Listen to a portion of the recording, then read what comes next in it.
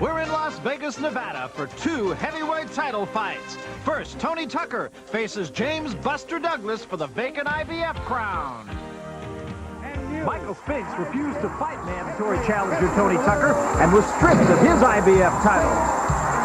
Tucker earned his #1 ranking with a 12-round unanimous decision over James Broad. The opponent, James Buster Douglas. His biggest win, a 10-round decision over former WBA champion Greg Page.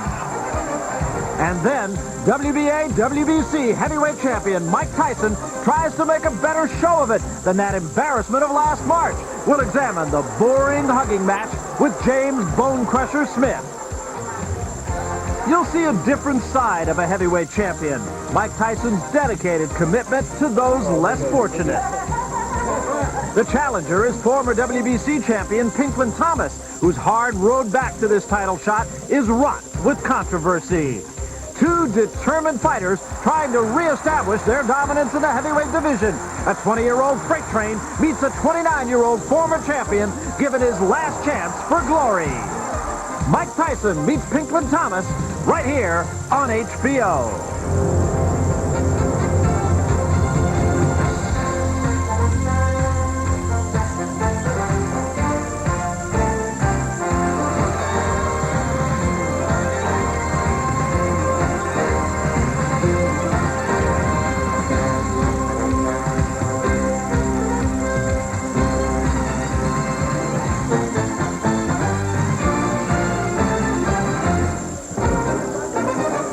Months ago, we sat in the same outdoor stadium anticipating a war, but the first shot was never fired. This crowd and our television audience were utterly disappointed. Now, they say in show business, you're only as good as your last performance.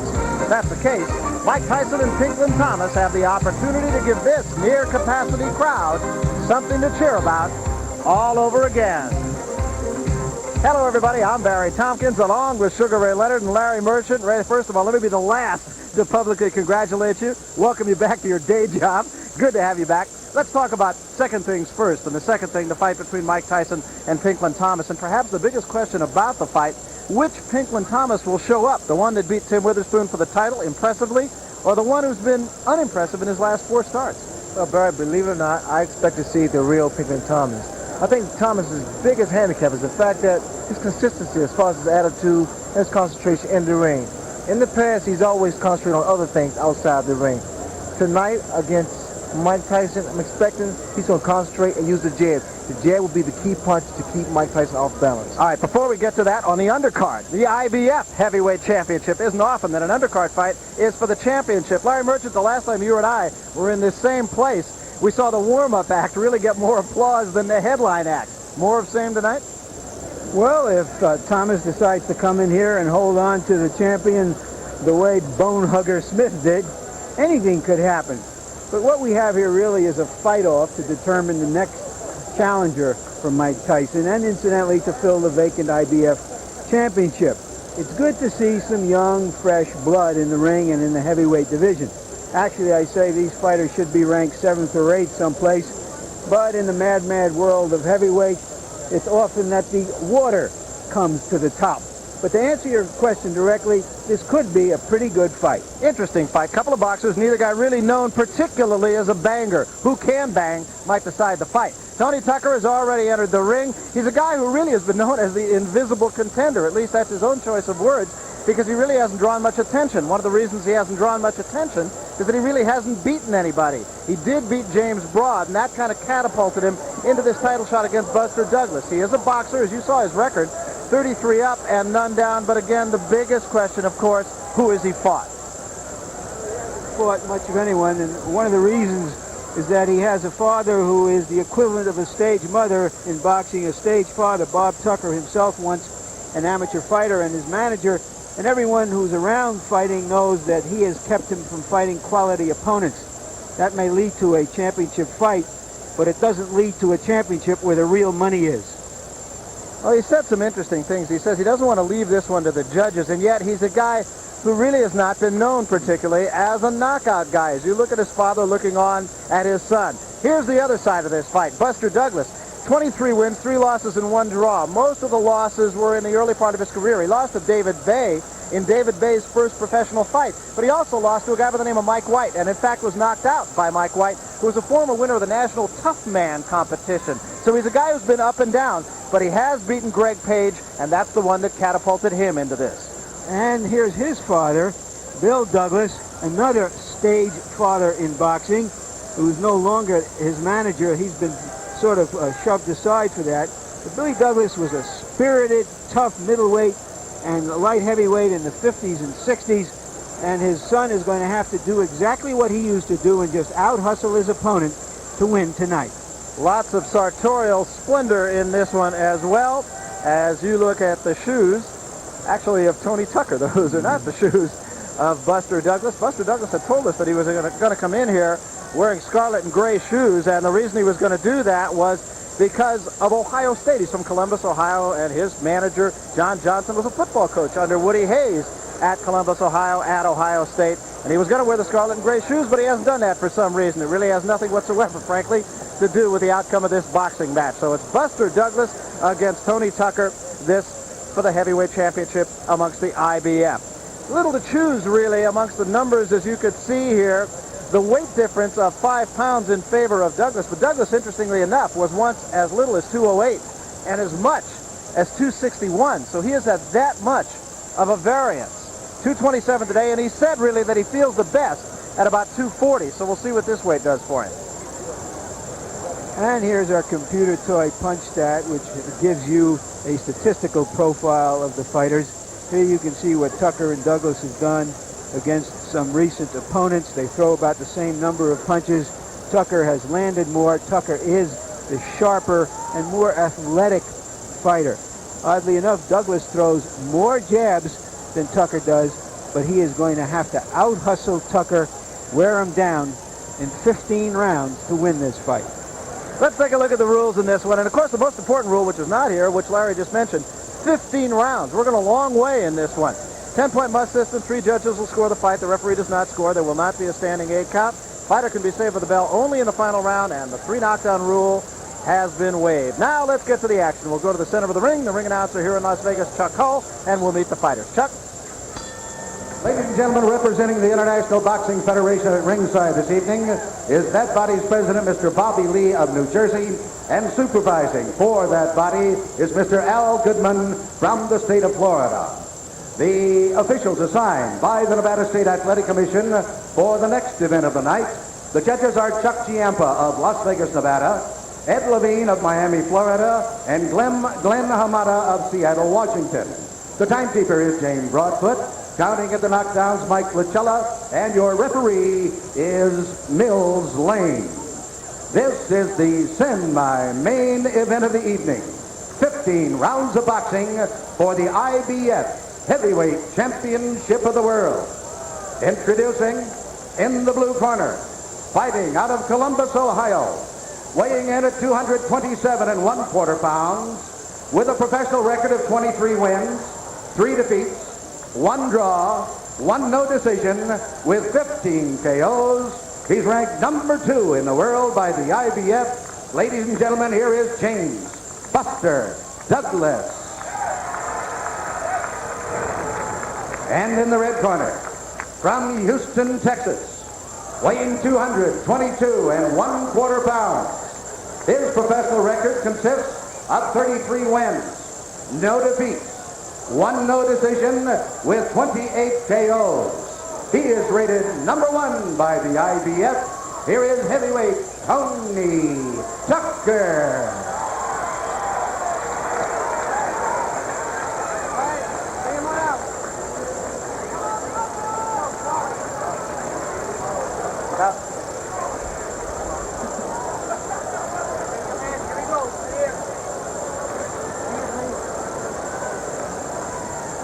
Okay.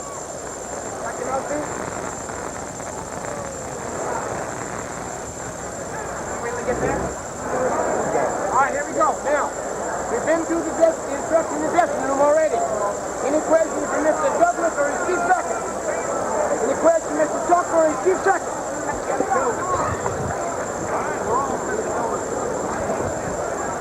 All right, according to Douglas, these two fellows have sparred perhaps 100 rounds over the years. You think that will have any effect on this fight?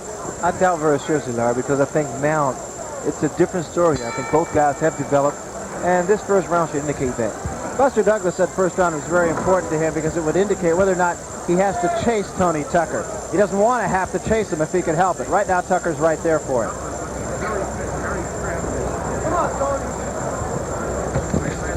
I can tell by the way that Buster Douglas is sticking on his left jab. A lot of snap, a lot of power. There's a big difference because with Tony Tucker is more sort of mover, more sort of boxer. He's more apt to stay on his toes a little bit, although now he's flat-footed. His punch is not as devastating as Buster Douglas. So many times the one win can really turn a fighter's career. And in Buster Douglas's case, he really was, I think it's fair to call him a mediocre fighter up until the time he beat Greg Page. Now, maybe it was a descending Greg Page, but nevertheless, it had to give him a lot of confidence. And that wasn't a bad right hand. Another confidence builder.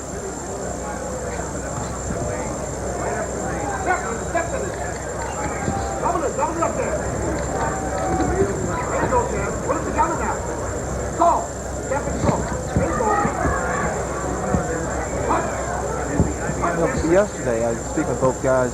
They both were debating who had the quicker hands of the two. And I think it's both guys have the same amount of speed and having punch. Tucker is going to have to at least get Douglas's attention, or Douglas will know that he can basically walk right through Tucker. Well, also with Douglas' style, he's more of a plotter. He walks in and tends to wear his man down. I think here against Tony Tucker, he has to be a little more aggressive and to cut the ring off. The problem a lot of guys have made, even Marvin Hagler made the same mistake, it's following me. You have to cut the ring off. And cutting the ring off, I'm not meaning just actually following the guy around the ring. You step to the right, you step to the left. Just shorten the ring up. Really good combination there by Douglas. Came with the right hand behind the jab.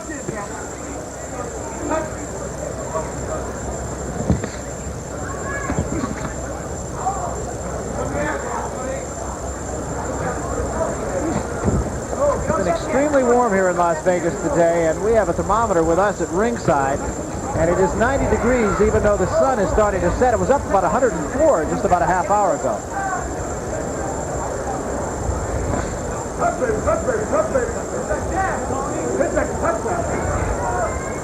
First round, we're going 15 here.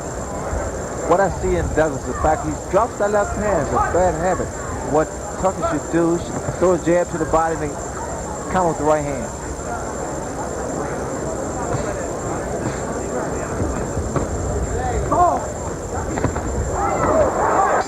Tucker got a quick left hand in at the bell. I thought that Douglas was a much more positive force in that round. Much more determined to take the fight. Because you're hitting with the jab and one. But you got to keep on jabbing. You understand? And don't try to stop Steve. They need to do 1-2 there. Give me a little ring to it. You want to leave the mouthpiece in? Yeah, leave the mouthpiece in. It's all right. It's all right. Now you just let him spit. What spit bucket at? Get us a spit.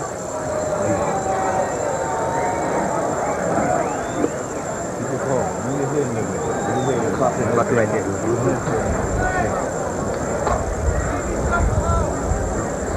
Double the jab, change your pace.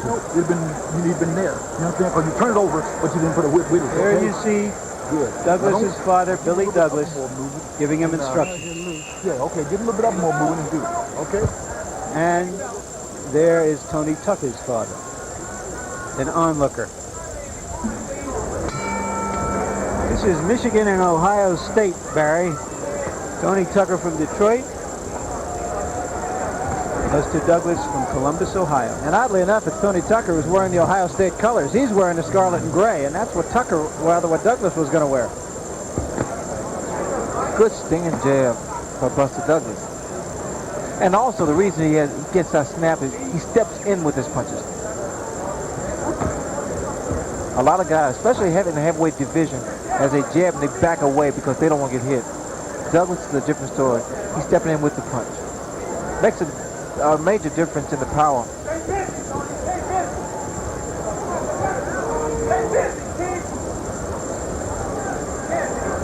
Again, I feel that Tucker is going to have to at least get Douglas's attention, or Douglas is really going to start to take control of this fight. I thought the left hook by Tony Tucker pretty much got a little respect just before the bell sounded. Good touch in the body. We'll see what you have to do, what Tucker should be doing, rather, is put his punches together instead of just throwing one particular shot. You need to throw punches in bunches.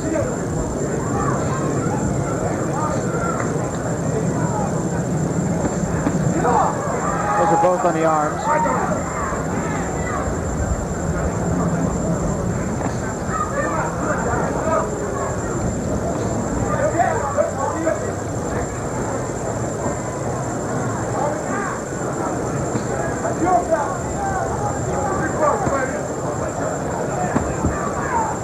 More consistent jab by Douglas. In fact, it is surprising that Douglas is jabbing the boxer and Tucker. Douglas is snapping that jab pretty well, too. It's not a lazy jab at all. Well, what he's doing, Barry, he's going up and down. He's going downstairs. He's bringing it back upstairs. And now, again, surprisingly, he's starting to outbox Tony Tucker. I expect to see more left jabs by Tucker.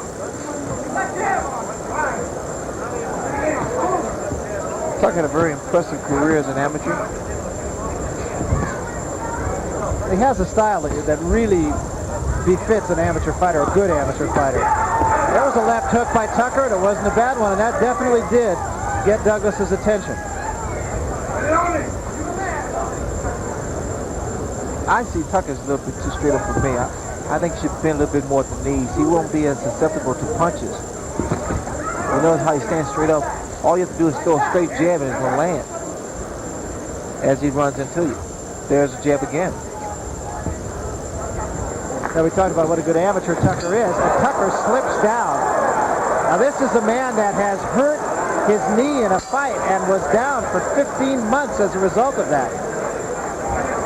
Yes, no, he's officially unbeaten, Barry. The hand of his opponent was raised after that fight, but through some successful politicking later on, the decision was thrown out. Wait a minute. He slowed down. Let's take a look and see how that happened. He was backpedaling from a right hand, and as you saw, his leg slipped back onto the press table here.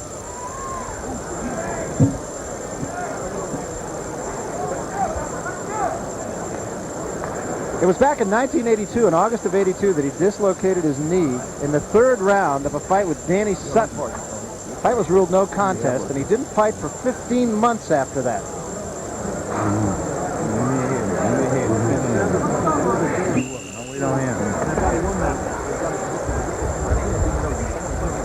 I do get the feeling, Ray, that they know each other very well, and there's still a bit of a feeling out process, trying to see which one can assert dominance, and neither one willing to throw caution away yet. I said earlier that, the guys sparred some few years ago, and they pretty much know each other, but yet they've changed. But I doubt very seriously. I think the way they approach this fight here, that either fight has changed at all. That was a right-hand lead by Douglas that started that little flurry. We see now a more aggressive Douglas. And this is the type of fight that's going to win for him. He's going to need to back up Tucker and work the body. Yes, I'd like to see more body shots thrown by Buster Douglas. He seems to be the big of the two and the strong of the two.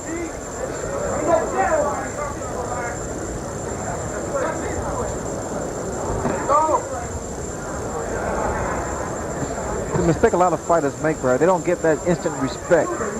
And the only way you can make them fight respect you is to hop right on at time. Or sting with a good punch.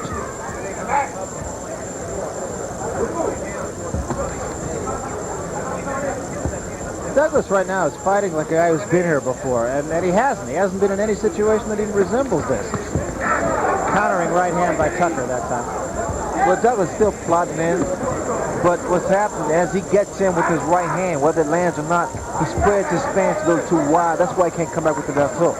And you'll notice that from time to time he throws a punch, and then all of a sudden he appears to be off balance.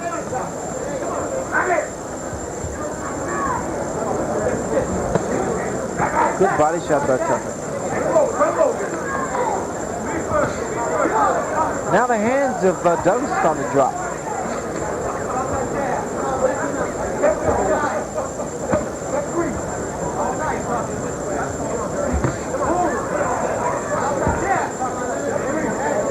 Again, Barry, you notice Douglas' hands are to his side now, at his waist. Tucker's starting to find the head of Douglas. Again, you notice that Douglas is off balance, and again, that's because of the stance. He throws the right hand, and he brings that right foot up towards to left foot.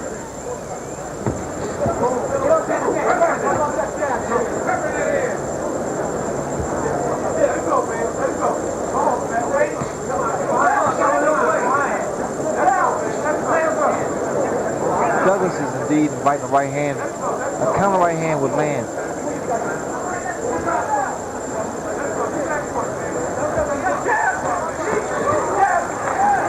Good double hook. Tucker. One fell a little bit short.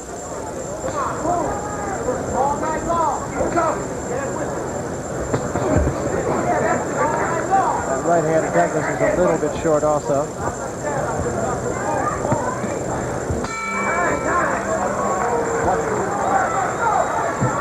Tucker looks a little bit tense and stiff to me, Ray. I don't know to your trained eye whether that's true or not. Well, he seems like he's waiting too long to get his punches off. And coming up, the big one for the WBA and WBC titles, champion Mike Tyson, challenger Pinklin Thomas. The once champion, will he be a future champion? And there in his locker room is Mr. Tyson. Gold shining from his mouth and from his fists, iron. No freedom. Don't get no freedom there. Do anything you shake one out. Don't give him nothing freedom because you staying there boxing out boxing him. You just go on and make the shovel over here, wait till you get him the punch, and then catch him in the angle. Okay? Get him out of here in this corner. Come on.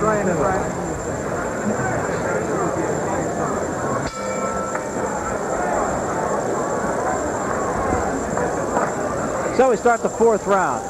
Tucker in the red, Douglas in the white. This for the IBF championship. That 1 minute rest gave Douglas breath of fresh air. You notice his hands are back up there. It's important in the corner to know how to revive a fighter.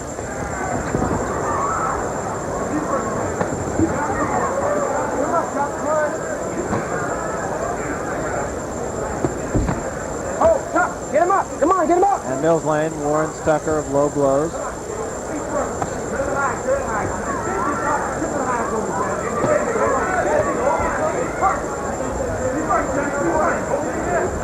Tucker should be throwing more jabs instead of trying to be so defensive. And that's the reason Douglas is coming in. Now, we've talked about the heavyweight division ad nauseum, but earlier we saw a fight between James Broad and Greg Page. It was truly one of the great dogs I've ever seen. And here's a couple of young fighters. So far, both doing a pretty good job, both showing a pretty good jab. Well, we see some fresh faces here, and also these guys quite naturally have the potential to become better once they sharpen their tools up. Incidentally, Greg Page won a decision over James Broad, one that was debated by just about this entire audience of some 12,000 people. Horrible decision, if you'll pardon one man's opinion. With Tucker, the mistake Tucker's making, and the reason he's not landing consistently is because he's throwing one punch. There, he attempted to throw a left hook to the body. He needs to throw both hands. Because if one doesn't land, the other will. Again, though, he knows the right hand landed, but he can come up with the left hook. Now, it looks to me, Ray, like Tucker might have stepped in about a step here. He looks to me as though he's starting just a little bit closer to Douglas. He's picked the pace up quite naturally. And I noticed that Douglas is moving away, starting to back away.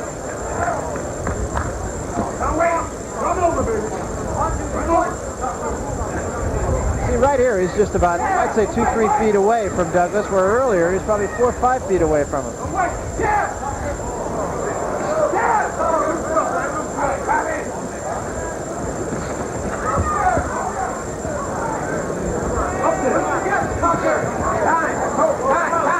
And talking to Tucker, he seemed like a bitter man who's never been given just due. I mean, this is a big opportunity, and maybe his last opportunity, so I think he'd better take advantage of it. Yeah, that's what he said. He feels this is his only shot. He feels if he loses this time, he's not going to get a second try out. And he said, they're going to have to carry me out of here.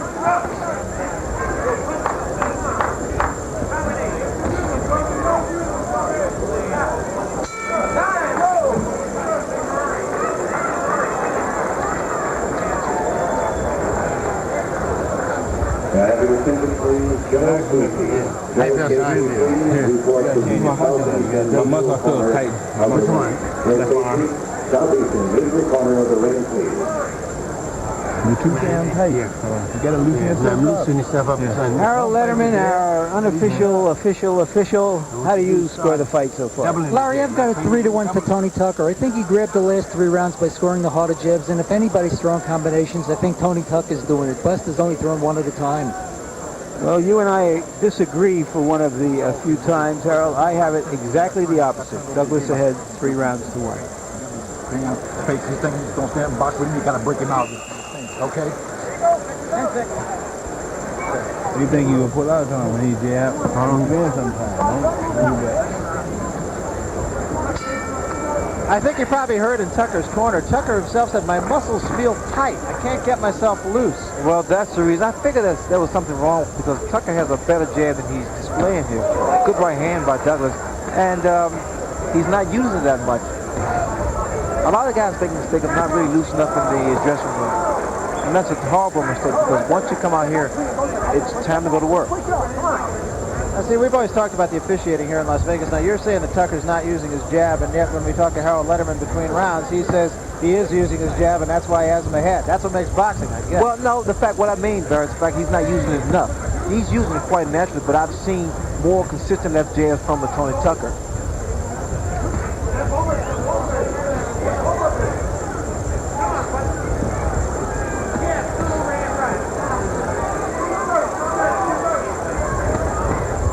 It appears that Tucker wants to go double jab. He's starting to just playing with the jabs, a pity pat. He needs to put a little snap behind it.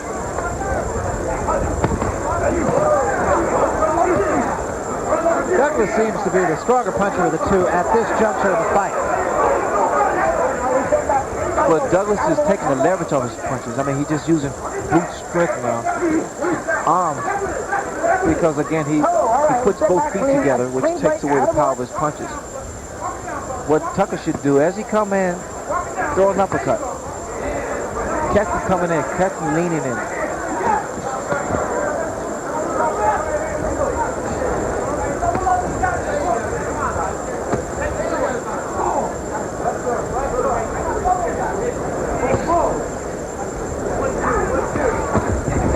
Douglas trying an uppercut, came with the left hand behind it. Barry, that was a good example there of catching Douglas on the way in. That's what he needs to do, catch him on the way in. There, again, a good shot of him putting both feet together. This is when you can create a knockdown because you're off balance.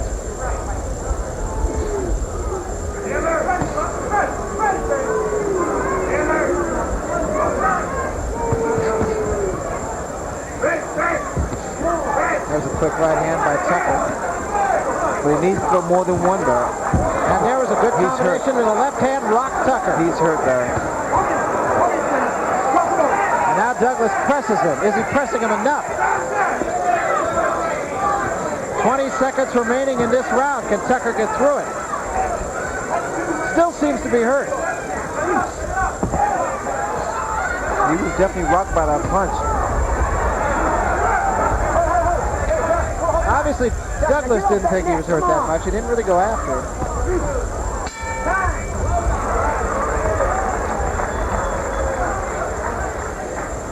Douglas went to college briefly, at junior college, as a power forward, and he showed some of the power right there. I thought he stopped Tucker right in his tracks, but he didn't follow up. And let's take a look at it right here. The right followed by a left high hand, and there you see Tucker's legs buckling. I'd have to say the rebound went to Douglas.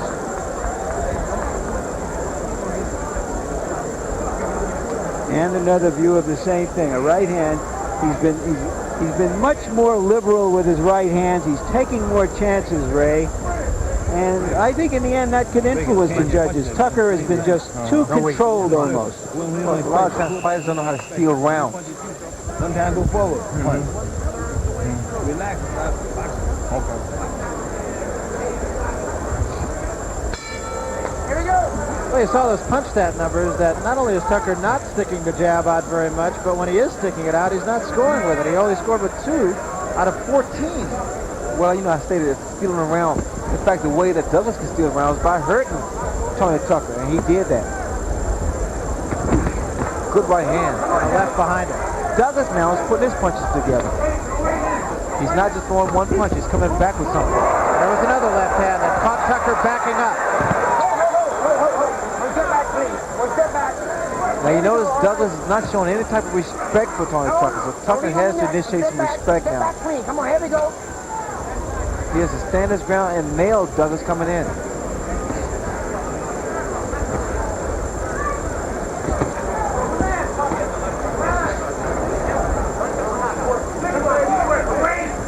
When you say nail him coming in, Tucker doesn't really seem to step in too much. There was a right hand by Tucker. A counter behind the jab, you mean? Well, as Douglas was rushing in, because again, going back to what I stated earlier, being off balance, you can catch a man with any particular shot, more so the inside punching. A right hand would be a good punch to throw on Douglas, because that left hand of his is dropping.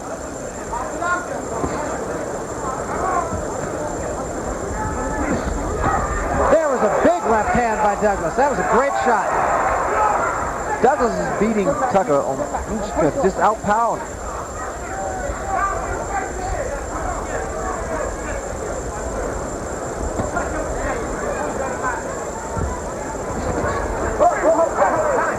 You see what I mean, Barry? This is all strength. Mills Lane warning Douglas about a butt.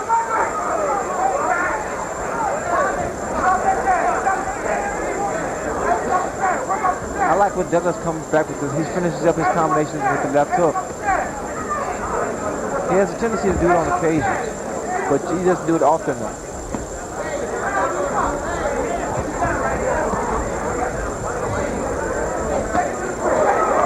Sharp jab by Douglas. Good round for Douglas.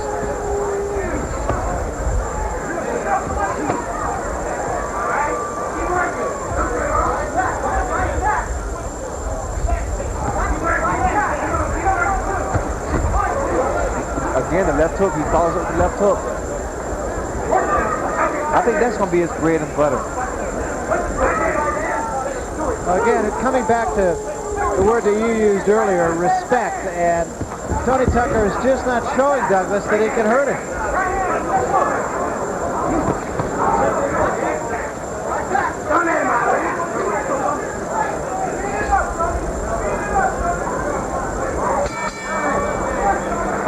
Buster Douglas is a 3-to-1 underdog, fighting, in my judgment, like a 3-to-1 favorite. Good round, good round, good round, good round, good round. Good round, good round, good round. You're starting to feel, you ain't got second gear yet, Kev. You still just, good to go. Good. Take a little bit of this right there. There you see 2 punches thrown and missed. Douglas follows up with a left hand right there.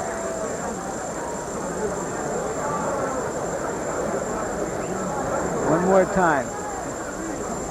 Same result. Take a little fake on him, taking away. Pop it good, right hand, left hook, break right back at it again with it. Step into the guy.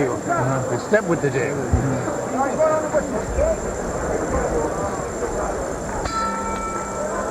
Little anxiety in Tucker's corner, I would think. Telling him to step in, which he hasn't done, as we mentioned in the previous round. We will have a heavyweight champion in this fight, but we'll have an inexperienced heavyweight champion. So after this fight, they must really handpick their fighters.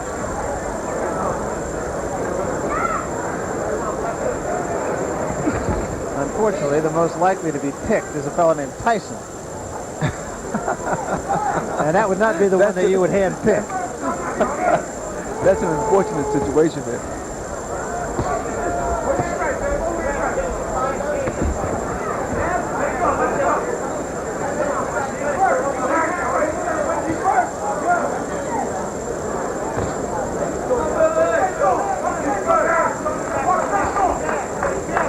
Douglas should rip some of those jabs to the body, to the midsection, or to the chest area. Let us slow down Tony Tucker just a little bit more so that left hook of his can land.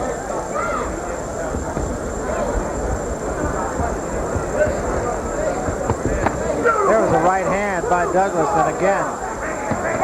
And right behind it with another. And Tucker in trouble bouncing off the ropes. Douglas should stay there. Now, he needs to stay close to Tucker. Because if anything, he's trying to wear his man down. Well, again, it's just obvious that Buster Douglas just has no respect whatsoever for Tony Tucker. He just doesn't think he could be hurt by Tucker's punches. Tucker hasn't shown him that he can. Well, I expect a little bit more from Tony Tucker, and I don't see that much from him. With Douglas, Douglas is initiating the control of the fight. He's putting power behind his punches. Okay, let's step back to me. Step back. Here we go. Get him up. Come on, Chuck.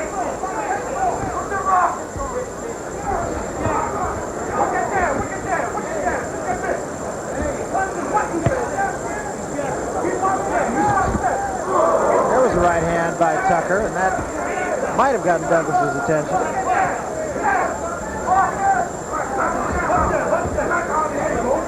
But again, it was a good punch, clean punch, caught him flush, and didn't hurt him. These guys are punching with arms. Good shot. Now you see what happens, Bear, when you throw a combination or throw a series of punches. One or two punches are going to land.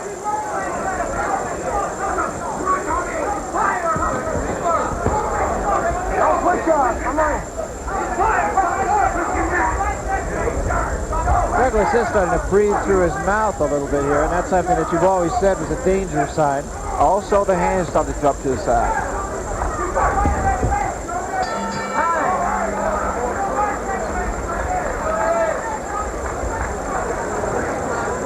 Tucker got into it a little bit more right there, but I don't know if it was enough to salvage the round. Good round. Huh? It's champ for the championship, son. We're ready to do now. You can't let him lead. You got to take over. You understand? He can't keep the pace with you. You're too fast, but you can't wait and let him get off. You got to get off first. Okay. Come on, baby, please. Get off first. There ain't no sweat. And there's Pinkman Thomas trying to get off first in his dressing room and work up a sweat.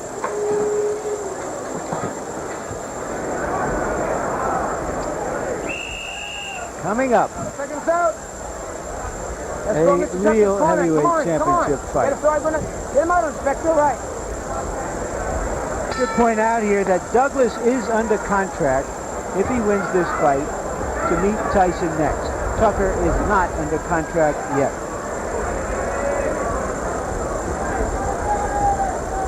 And in Tucker's corner, they're just telling him what appears to be pretty basic. You got to get off first, but it's easy in the corner. It's not so easy once you get out there. Well, for Douglas, that hand pick is going down the drain now, if he should win.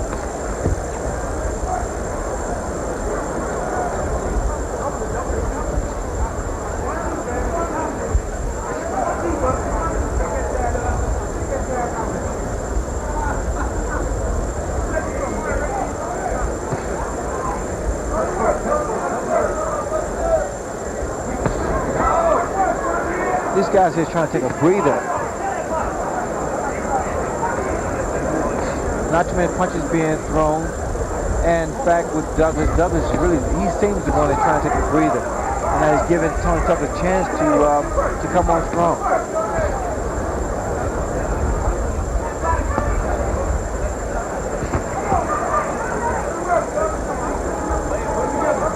This is the 8th round, scheduled for 15. Buster Douglas has never gone over 10 rounds, incidentally. Tucker has only once. You know what I'm fascinated with, though? It's like these guys don't realize you can win the round in the last 30 seconds or a minute. You throw more punches. I think you made that point abundantly clear a few weeks ago. I always try to make that point clear to steal the round.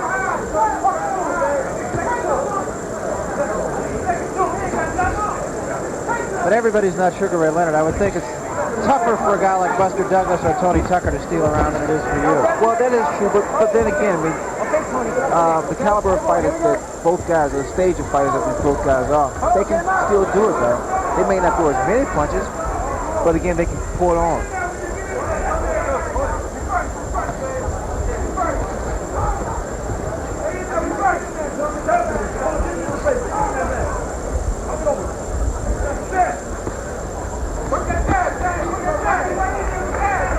I see now Tucker now starting to come back to life just a little bit, but he fights more so in spurts.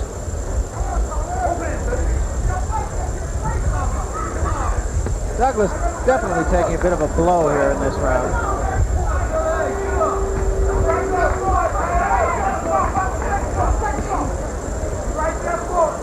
I'm not real sure Tucker's taking advantage of it. Remember, they were telling him you got to get off first. So far, nobody's punching.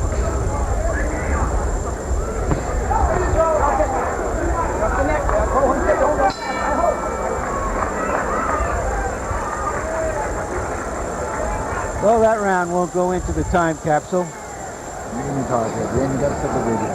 Where's my eye off? Got some shit in my eye. Close your left one. No, I think it was the Vaseline. Oh, so you put the Vaseline on the eye? Yeah. Put it on the bottom. Yeah, but It was on my eye last time. Ice. Both hands. You gotta work both hands now, because the guy, you understand, he's never been hurt with his other two. All these fights. The guy over here. Harold, how do you have the fight now? Larry, I got it 4-4. I think in the fifth round, Buster Douglas picked up the action and grabbed the next 3 rounds, but Tony Tucker came on to capture the 8th and even it up. Okay, I gave Tony Tucker the 8th round as well, but I had only given him 1 round before and scored 1 round even. So on my card, it's 5, 2, and 1. Douglas. And we start the 9th round. Getting to that part of the fight where neither man has been before, post 10. Tucker has been there once, Douglas has not been there at all. And the temperature here has dropped perceptibly also. 74 degrees on the thermometer that is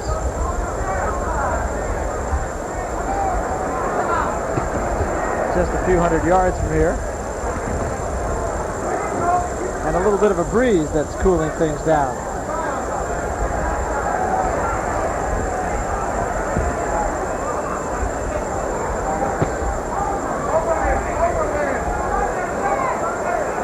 You can tell the caliber of fighters these guys have been up against by the way they're fighting and the experience that they're displaying.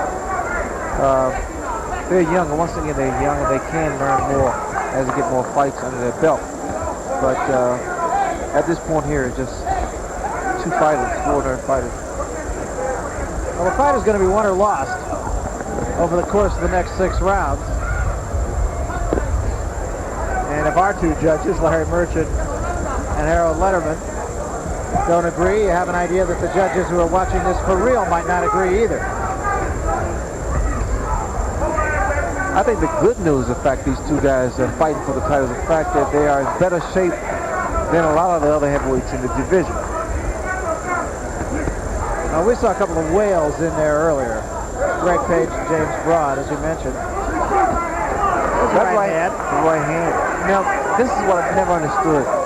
When guys get a guy going, they let up. You know, Tucker, he landed a good right hand, and now he's letting up. Now, Tucker looks to me to be a little bit tired. He doesn't quite have the snap he did. He's breathing through his mouth, sort of gasping a little bit.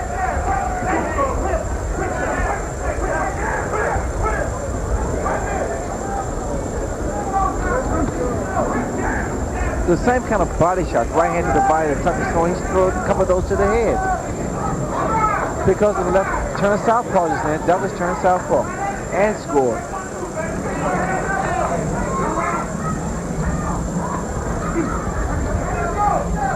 All right, clean back, 1 step back, here we go.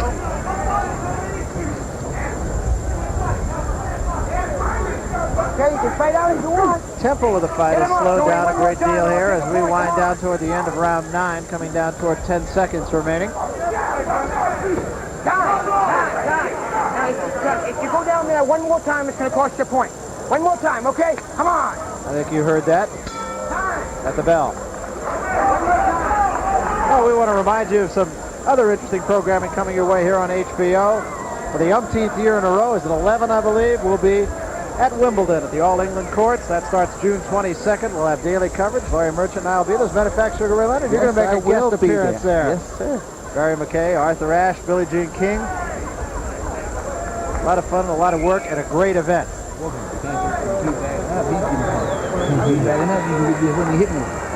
You go forward and start punching. He cannot defense against 3, 4, 5, 6 punches. Off the chair. He punch you, punch right back. Exactly like they say, push him back with 3 or 4 punches. That's Tony Tucker's father's voice you hear. He's been sort of watching What you want to do, Tony, this is take unfold over. and You push him back, can't hardly stand it because a lot of money is slipping through their hands. Whichever fighter does fight Tyson will make $1 million. We start the 10th round. Pace is slowed. Snapping the punch is not quite what it was for either man. The word epic does not come to mind. Well, these guys have not spent that much energy, although Buster Douglas have put a little bit more into the fight than Tony Tucker. And I thought that crosses guys' minds, especially ones that never been past 10 or 12. You think about the 15-round limit. I know when I fought Benitez, I thought about 15 rounds, whether or not I should save some for the later rounds. But these guys have not burnt that much energy. Mike Tyson said the same thing the first time he went 10 against Quick Tillis. You think about it, though. I mean, it's on your mind. You say, well, I want to save a little bit for the last 2 or 3 rounds. Well, it's the unknown. You haven't been there before. It's another 15 minutes. But it's no difference, I think. That was a right hand by Tucker. Not a bad shot. And Douglas appears to be hurt. He's really hurt. The right hand is doing it.